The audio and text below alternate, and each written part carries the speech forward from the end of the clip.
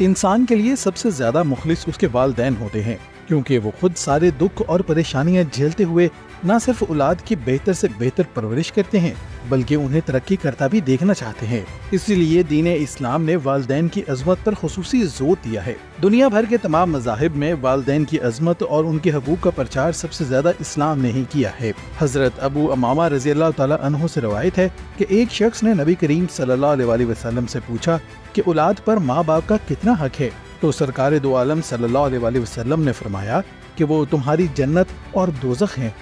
اسی طرح حضرت عبداللہ بن عمرو بن العاص رضی اللہ تعالیٰ عنہ سے روایت ہے کہ نبی کریم صلی اللہ علیہ وسلم نے فرمایا، اللہ کی رضامندی والد کی رضامندی میں ہے اور اللہ کی ناراضگی والد کی ناراضگی میں ہے۔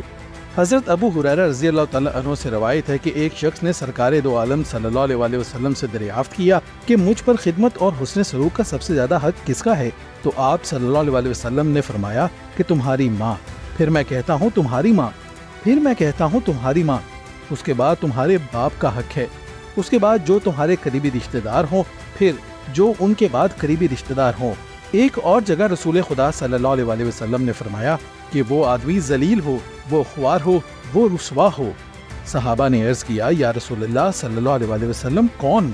تو آپ صلی اللہ علیہ وسلم نے فرمایا، وہ بد نصیب جو ماں باپ یا دونوں میں سے کسی ایک کو بڑھاپے کی حالت میں پائے، پھر ان کی خدمت اور ان کا دل خوش کر کے جنت حاصل نہ کر سکے۔ مذکورہ احادیث سے پتہ چلتا ہے کہ اگر تم ماں باپ کی فرما برداری اور خدمت کرو گے اور ان کو راضی رکھو گے تو جنت پالو گے، اور اس کے برعکس اگر ان کی نافرمانی اور ایذا رسانی کر کے انہیں ناراض کرو گے اور ان کا دل دکھاؤ گے تو پھر تمہارا ٹھکانہ دوزخ میں ہوگا۔ بلا شبہ ماں باپ قدرت کی عظیم نعمت ہیں جو بچے کو پیدائش سے لے کر اس کی تعلیم و تربیت اور معاشرے میں زندہ رہنے کے قابل بنانے تک اہم کردار ادا کرتے ہیں۔ اس کی ہر قدم پر رہنمائی کرتے ہیں، اسے زمانے کے ہر سرد و غم سے بچاتے ہیں اور اس کو پروان چڑھانے کے اس عمل میں اپنی زندگیوں کو وقف کر دیتے ہیں۔ لیکن افسوس کی بات ہے کہ آج کے نفسا نفسی کے دور میں جب اولاد بڑی ہو جاتی ہے تو والدین کے دکھوں اور تکالیف کو یکسر بھلا کر انہیں اکیلا چھوڑ دیتی ہے،